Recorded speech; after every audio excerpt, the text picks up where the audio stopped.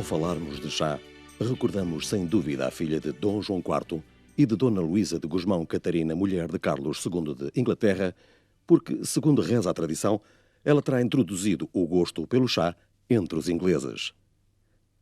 Também recordamos o episódio da revolta dos americanos, disfarçados de índios Mohawks, quando, em protesto contra o agravamento do imposto decretado pelos ingleses, lançaram ao mar as 342 caixas de chá da Companhia das Índias Orientais no porto de Boston em 1775. Recordamos ainda a introdução da sua cultura na ilha de São Miguel, nos finais do século XIX, com vista a ultrapassar a profunda crise económica que, no tempo, graçava no arquipélago com o fim do denominado ciclo da laranja. Recordamos, finalmente, que, graças à sua cultura, o arquipélago dos Açores é hoje a única região da Europa onde se produz chá.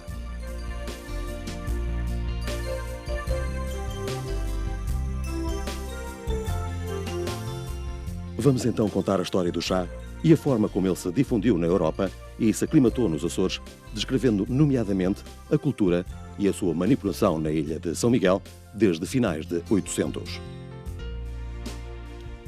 Originária da China e do Japão, a planta do chá designada de Thea sinensis da família Camelliaceae ou Teáceas, fruto da colonização ultramarina iniciada pelos portugueses a partir do século XV, não só foi introduzida na Índia pelos ingleses, em Java pelos holandeses e no Brasil pelos portugueses, a partir de inícios do século XIX, como também conheceu várias tentativas de aclimatação, ainda que sem grande sucesso, em território europeu. Calcula-se que o primeiro carregamento de chá chegou à Inglaterra através dos barcos da Companhia das Índias em 1662, difundindo-se logo depois o consumo da sua bebida no país e na Europa, graças à sua rendível reexportação dominada pelos mercadores ingleses. Acreditava-se então que o chá possuía várias qualidades terapêuticas amplamente descritas nos manuais de saúde do tempo. Descrevia-se assim as suas propriedades. O chá exerce a ação sobre os órgãos animais em virtude do tanino e do ácido gálico que contém, bem como o seu princípio acre e odorífero que impera no sistema nervoso. Afirma-se que aumenta a transpiração cutânea ou secreção da urina e algumas vezes excita a alegria e dá atividade aos indivíduos dispostos à sonolência. Algumas vezes pode ocasionar vertigens, tristeza e abatimento geral.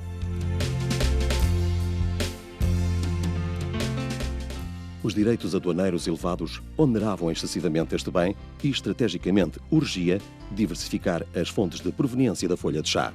Assim, paralelamente à sua introdução nas colónias europeias no Índico, a planta também foi introduzida no Brasil, quando, segundo a tradição, o imperador chinês, reconhecido pela ajuda prestada pelos portugueses contra os piratas que infestavam os mares do seu império, quis obsequiar o monarca português, então residente naquela colónia, enviando algumas plantas e 4 naturais do país para ensinarem a cultura e a manipulação da sua folha.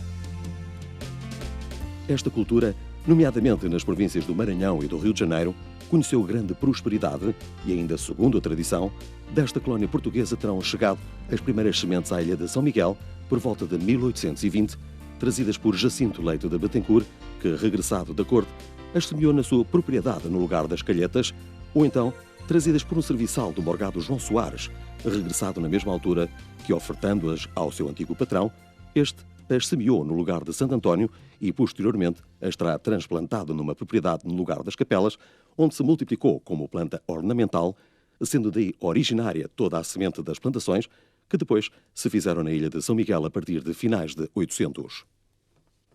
Para Gabriel de Almeida, porém, a planta já se cultivava no arquipélago, pelo menos desde o início do século XIX, porquanto o capitão-general das ilhas mandou ao governo do reino em 1801 algumas plantas daquele arbusto que vegetava na Ilha Terceira. Em finais do século XIX, como se sabe, assistia-se a uma grave crise económica na ilha de São Miguel. As laranjeiras, atingidas por uma série de pragas, tinham definhado e a exportação do seu precioso fruto para o Reino Unido e portos do norte da Europa, a exportação que trouxera a prosperidade à ilha nos últimos 100 anos, tinha quase terminado, mercê da crescente concorrência dos frutos espanhóis e italianos, em vantagem pela proximidade dos mercados consumidores, pela extensão das suas culturas e pela revolução dos transportes marítimos em curso. Então, A Sociedade Promotora da Agricultura Miquelense, agremiação fundada em 11 de janeiro de 1843, reunindo os principais senhores fundiários da ilha, deliberou, na sessão de 15 de abril de 1874, votar a quantia de 220 mil-réis insulanos para ensaios de cultura e de preparação do chá. Nos anos seguintes, esta quantia foi aumentando, permitindo a CEPAM contratar 2 chineses, peritos na preparação do chá, para ensinarem aos miquelenses a sua manipulação.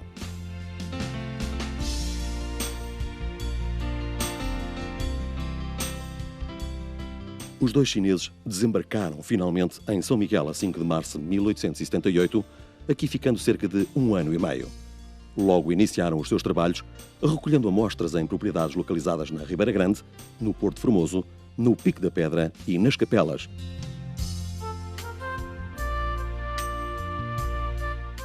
As análises efetuadas revelaram qualidades de um excelente chá, iniciando-se logo de seguida a fabricação de 4 tipos de chá: o chá preto, o chá verde, o chá de ponta branca e o chá do povo, atingindo a produção neste primeiro ano 51.808 quilos. O otimismo graçava de novo entre os produtores miquelenses que almejavam retirar da nova cultura os antigos proventos alcançados com a exportação da laranja e, por isso, propuseram em sessão da Junta Geral, a 26 de maio de 1880, presidida no tempo por José do Canto, um grande proprietário e filho de uma das famílias mais ilustres da ilha, medidas de proteção para a nova cultura, tais como a do rendimento coletável dos terrenos consagrados à cultura do chá não ser elevado durante 25 anos, ficando os mesmos isentos de qualquer contribuição para o Estado, distrito ou município. A das câmaras municipais adquirirem os materiais necessários à manipulação do chá, onde não existissem oficinas privadas para realizar tais trabalhos, e, finalmente, a da Junta Geral atribuir prémios anuais para os melhores produtores de chá. Na sessão de 24 de novembro do mesmo ano, esta proposta foi votada por unanimidade e, no ano seguinte, na sessão do Parlamento, em 15 de março de 1881, o deputado pelo Círculo Eleitoral de Ponta Delgada apresentou um projeto de lei de proteção à cultura e fabricação do chá, composto por 4 artigos muito semelhantes às solicitações anteriormente descritas, que nunca chegou, contudo, a ser votado no Parlamento.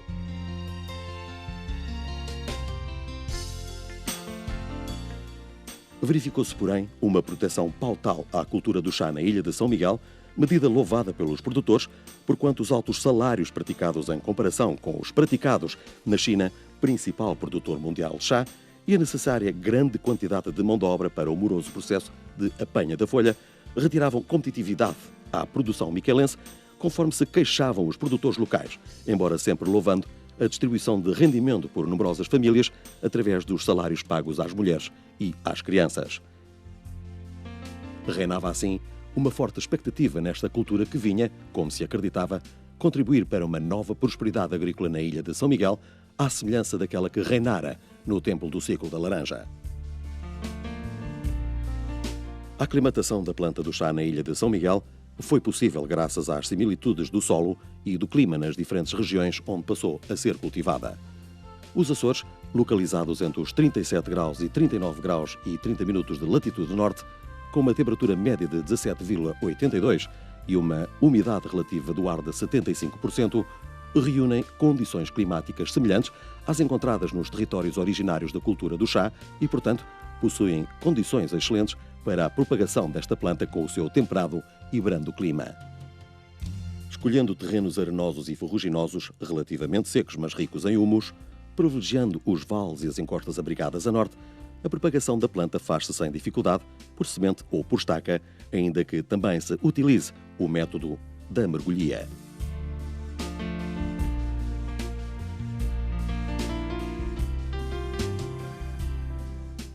A sementeira do chá é feita em canteiros, cobrindo-se as sementes com uma polegada de terra. Quando a semente começa a germinar, é necessário limpar o canteiro de toda a erva que cresça com as plantas. No tempo seco, é necessário regar as plantas, mas com cuidado, porque demasiada água prejudica o posterior crescimento da planta. Depois, é necessário transplantar as plantas dos canteiros onde foram semeadas para um viveiro, dispondo-as em linha com a distância necessária para se fazer as operações de monda.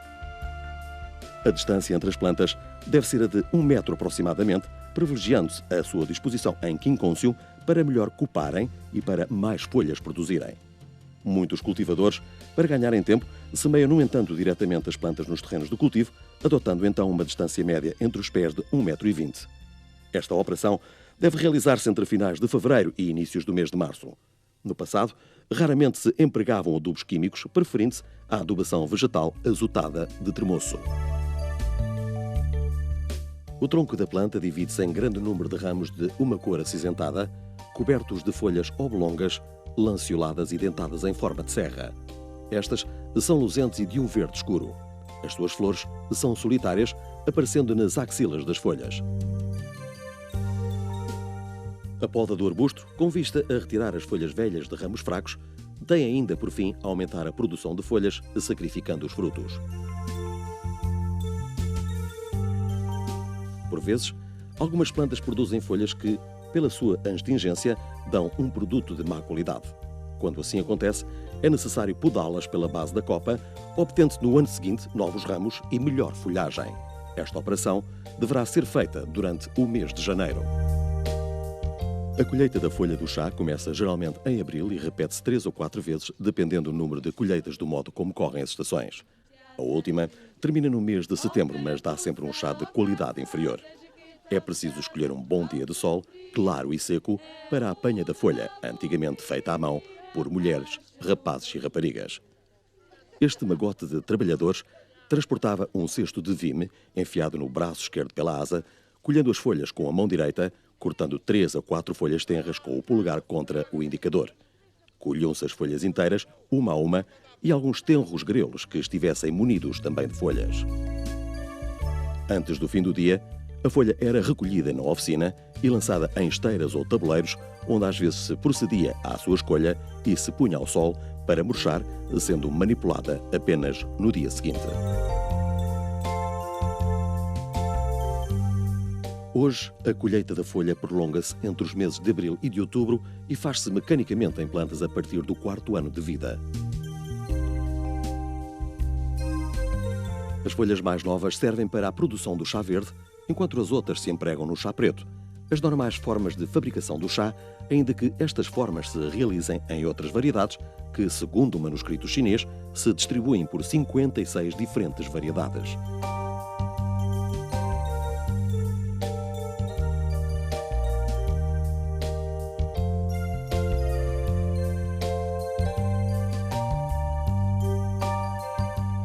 Os utensílios utilizados na manipulação do chá, simples e pouco onerosos, limitaram-se nos primeiros tempos a tabuleiros, peneiros e joeiras de crivo e de diâmetro variáveis, esteiras e vassouras. A manipulação do chá compreende 4 operações: o emurchimento, a torcedura, a fermentação e a excisão da folha com procedimentos diferenciados, segundo se pretende produzir chá verde ou chá preto, conforme ensinaram os preparadores chineses.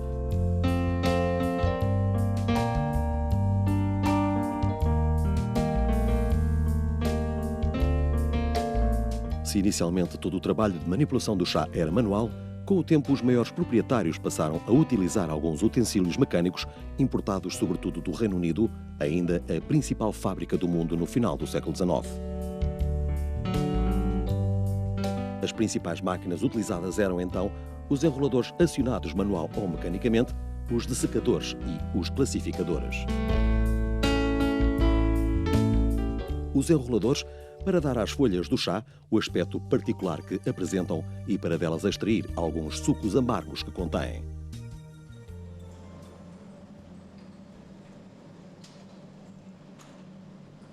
Os dessecadores para tirar a folha do chá enrolada grande parte da sua umidade e assegurar-lhe a sua conservação.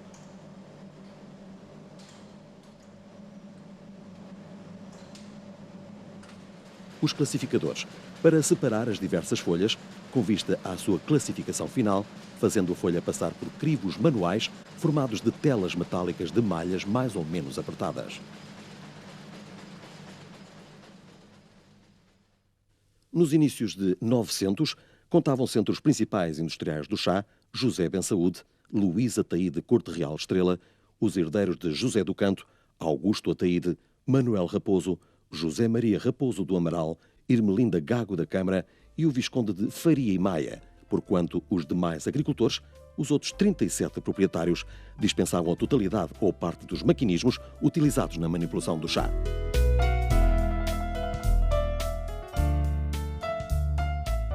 Entre os maiores empreendimentos industriais encontravam-se então a fábrica do industrial José Bensaúde, proprietário nomeadamente de uma fábrica de tabaco e de vários outros empreendimentos na ilha de São Miguel.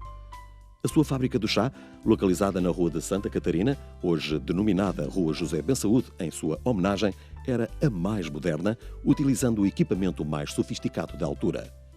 Avaliada em mais de 2 contos de réis, encontrava-se em funcionamento desde 1907, empregando 19 operários, todos de maior idade, sendo apenas 3 do sexo masculino. A fábrica dos herdeiros de José do Canto, produzindo a marca denominada Chá Canto, localizava-se no edifício construído diretamente para este fim na Caldeira Velha, na Ribeira Grande. Fora fundada em 1880 e estava avaliada também em 2 contos de réis no tempo. Empregava 33 pessoas, 17 das quais do sexo feminino. A fábrica de José Maria Raposo do Amaral, localizada no caminho do Telhal, na Ribeira Seca da Ribeira Grande, era a terceira em importância de capital fixo e em número de trabalhadores, com os seus 16 operários, 7 dos quais do sexo feminino. A fábrica de chá preto, denominada Gorriana, ainda hoje em funcionamento e responsável pela quase totalidade do chá produzido em São Miguel, cuja propriedade pertencia a Irmelinda Gago da Câmara, fora fundada em 1883 e localizava-se perto da freguesia do Porto Formoso, empregando 37 indivíduos, dos quais apenas 7 do sexo masculino.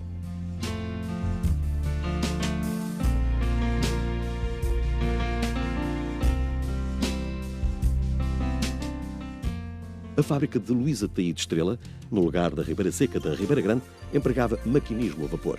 Os herdeiros da designada fábrica da Mafoma preparam-se na atualidade para musealizar este espaço, memória do passado industrial da ilha.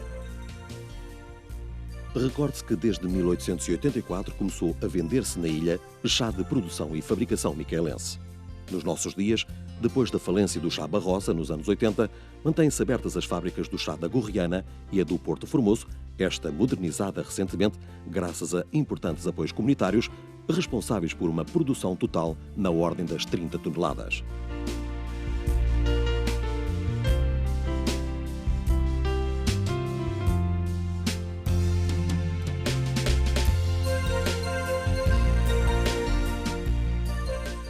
As plantações de variedade china existentes na ilha têm entre 40 e 50 anos, podendo durar aproximadamente até aos 100 anos, enquanto a longevidade da variedade índia não vai além dos 60 anos de vida. A sua produção destina-se ao consumo local e à exportação, sendo os principais mercados de destino Portugal continental, Alemanha, Inglaterra e Suíça.